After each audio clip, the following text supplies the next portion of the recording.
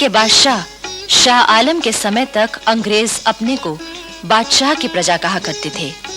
Governor general की मोहर पर भी दिल्ली सम्राट का विशेष सेवक शब्द लिखे रहते थे। जब भी कोई अंग्रेज अफसर, चाहे वो गवर्नर जनरल ही क्यों ना हो, शाह आलम के दरबार में जाता था तो अदब के साथ खड़ा होता था और उन्हें भेंट देता था। सन 1785 में महाराजा माधोराव सिंधिया ने दिल्ली पर अपना प्रभाव जमा लिया था। मुगल सम्राट के सारे अधिकार माधोराव सिंधिया के पास आ गए थे और इसके बदले शाह आलम को केवल 6 लाख रुपया सालाना दिए जाने लगे। शाह आलम सिंधिया परिवार के व्यवहार से कितना खुश था, इसका परिचय सम्राट की एक कविता से मिलता है, जिसका अर्थ है, माधोजी सिंधिया जो मेरे जिगर का टुकड़ा और मेरा बेटा है, मेरे दुखों को दूर करने में लगा हुआ है। कंपनी के जनरल मार्क्विस वेलेस्ली ने फूट डालकर अपना काम निकालने की नीति में अब तक काफी सफलता पाई थी। यहाँ भी उसने यही किया। मुगल बादशाह शाह आलम को उसने मराठों के खिलाफ भड़काया और इस तरह दिल्ली मराठों से खाली हो गई। दिल्ली पर कंपनी की सेना का अधिकार हो गया। बादशाह शाह आलम के खर्च के लिए 12 लाख रुपए सालाना दिए जाने लगे। उधर अवध में अंग्रेजों ने नवाब वजीर अली को कैद करके बनारस भेज दिया और उसकी जगह सादत अली को नवाब बना दिया। सादत अली और अंग्रेजों के बीच चिरस्थायी दोस्ती की संधि लिखी गई, लेकिन जल्दी ही अंग्रेजों का दबाव बढ़ने लगा। सादत अली के सभी अधिकार और आमदनी के जरिए छीने जाने लगे। नवाब सादत अली ने कंपनी के रेजिडेंट मिस्टर स्टॉक के जरिए जनरल वेलेस्ली को एक पत्र भेजा, जिसमें कहा गया था कि कंपनी सरकार अपनी ही शर्तों को तोड़ रही है। लेकिन वेलेस्ली ने कहा, नवाब का यह खत इतने गुस्ताखी भरे शब्दों में लिखा हुआ है कि मैं इसे लेने से इनकार करता हूँ।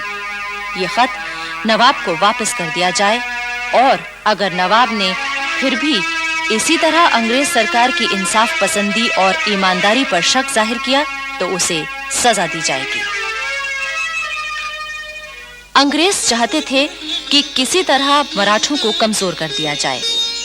महाराजा दौलत राव सिंधिया और जसवंत राव होलकर 2 ऐसे वीर थे जो उनकी आंख का कांटा बने हुए थे। अंग्रेजों ने जब इन दोनों के खिलाफ चालें चली तो ये दोनों एक हो गए। इस पर अंग्रेज घबरा गए। उन्होंने पहले दौलत राव सिंधिया से संधि की और ताप्ती और चंबल के बीच में सिंधिया ने जो इलाका जीता था वो उनका ही मान लिया गया। चंबल नदी महाराज सिंधिया के राज्य की सीमा मान ली गई। इसी तरह जसवंत राव होलकर से भी संधि कर ली गई। ताप्ती और गोदावरी के दक्षिण का सारा इलाका होलकर को वापस दे दिया गया।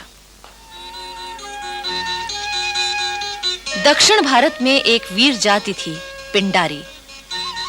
अंग्रेज इतिहास लेखकों ने वीर पिंडारियों के चरित्र पर अनेक झूठे इल्जाम लगाए और उन्हें डाकू और लुटेरा कहकर बदनाम किया है। लेकिन सच्चाई ये है कि पिंडारी दक्षिण भारत की एक पठान जाति थी। पिंडारी दक्षिण भारत के राजाओं की सेवा में सवार हुआ करते थे। इनके पास अपने घोड़े होते थे। नसरू खां पिंडारी शिवाजी का एक विश्वस्त जमादार था। होलकर और सिंधिया की सेनाओं में भी हजारों पिंडारी योद्धा और सरदार मौजूद थे। हीरा खां पिंडारी और बुरान खां पिंडारी माधोजी सिंधिया के 2 विश्वस्त और योग्य सेनापति थे। दौलत राव सिंधिया की सेना में भी सरदार चीतू खां और करीम खां पिंडारी थे, जिन्हें नवाब की उपाधि मिली हुई थी। होलकर राज्य में रहने वाले पिंडारी होलकर शाही और सिंधिया के राज्य में रहने वाले सिंधिया शाही कहलाते थे।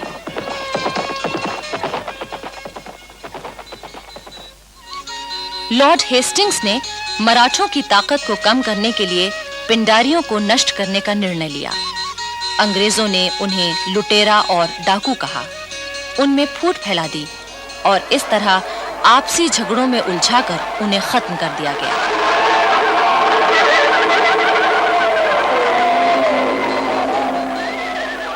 दिल्ली में शाह आलम की मृत्यु के बाद उसका बेटा अकबर शाह गद्दी पर बैठा, पर जैसी कि अंग्रेजों की नीति थी, उन्होंने उससे जो वादे किए थे उन्हें पूरा करने से वे मुकर गए।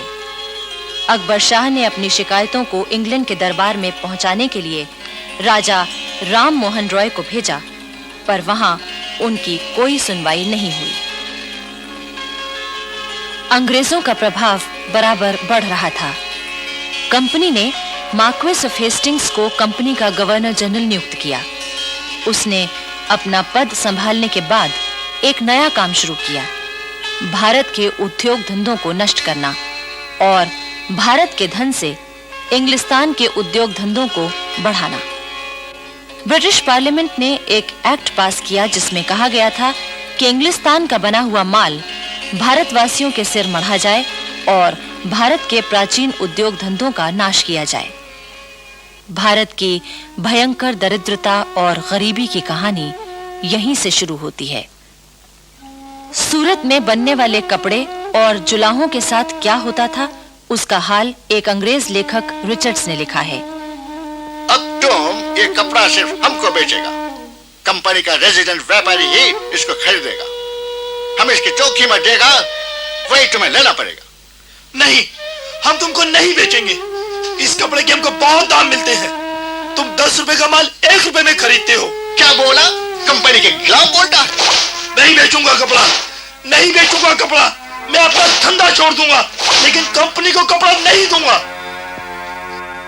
जुलाहों से इतनी जबरदस्ती की जाती थी, इतनी सजाएं दी जाती थीं कि न जाने कितने जुलाहों ने अपना पेशा छोड़ दिया, पर उन्हें पेशा छोड़ने से भी रोका जाता था। बंगाल में भी इसी तरह के जुल्म जुलाहों पर हो रहे थे, मगर वे उतना काम नहीं कर पाते थे जितना कंपनी के गुमाश्ते जबरदस्ती उन पर मर देते थे। इसीलिए उनका माल असबाब लेकर भी उसी जगह नीलाम कर दिया जाता था। कच्चे रेशम के धागे लपेटने वालों पर इतना जुल्म किया जाता था कि कई जुलाहों ने उन जुल्मों से तंग आकर हाथों के अंगूठे तक काट दिए, जिससे रेशम का धागा न बनाना पड़े। धीरे-धीरे भारत का कागज उद्योग, चीनी उद्योग, भारतीय जहाजरानी, लोहा उद्योग आदि सभी नष्ट कर दिए गए। ईस्ट इंडिया कंपनी और अंग्रेज सरकार की कोशिशों का ये फल निकला कि भारत संसार का एक गरीब देश बन गया।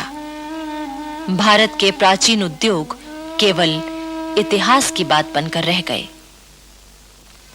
लॉर्ड हेस्टिंग्स ने जहां भारत के उद्योग नष्ट किए, दौलत को लूटा, वहीं ब्रिटिश साम्राज्य बढ़ाने की उसकी भूख भी बराबर बढ़ रही थी। वो मराठों की ताकत को खत्म करने के लिए आगे बढ़ा। उस समय पूना में बाजीराव पेशवा का शासन था। अंग्रेजों ने दोस्ती के नाम पर उससे धोखा किया और युद्ध का बहाना ढूंढने लगे। 30 अक्टूबर 1817 को अंग्रेजों की सेना ने पूना के पास डेरा डाल दिया। मराठों ने समझ लिया था कि अंग्रेज अब तक दोस्ती की जो बातें कर रहे थे वे सब झूठ थीं। वे तो युद्ध ही करना चाहते हैं। बापू गोखले पेशवा की सेना के प्रधान सेनापति थे। वे एक अत्यंत देशभक्त, युद्ध कुशल और वीर सेनापति थे। 5 नवंबर 1817 को खड़की के पास मराठों और अंग्रेजों की सेनाओं के बीच युद्ध शुरू हुआ, लेकिन बालाजी पंतनाथ और यशवंतराव घोरपड़े जैसे विश्वासघातियों के सामने बापू गोखले की सेना कहां टिकने वाली थी। बापू गोखले अंत समय तक अंग्रेजों से मुकाबला करते रहे और वीर गति को प्राप्त हुए।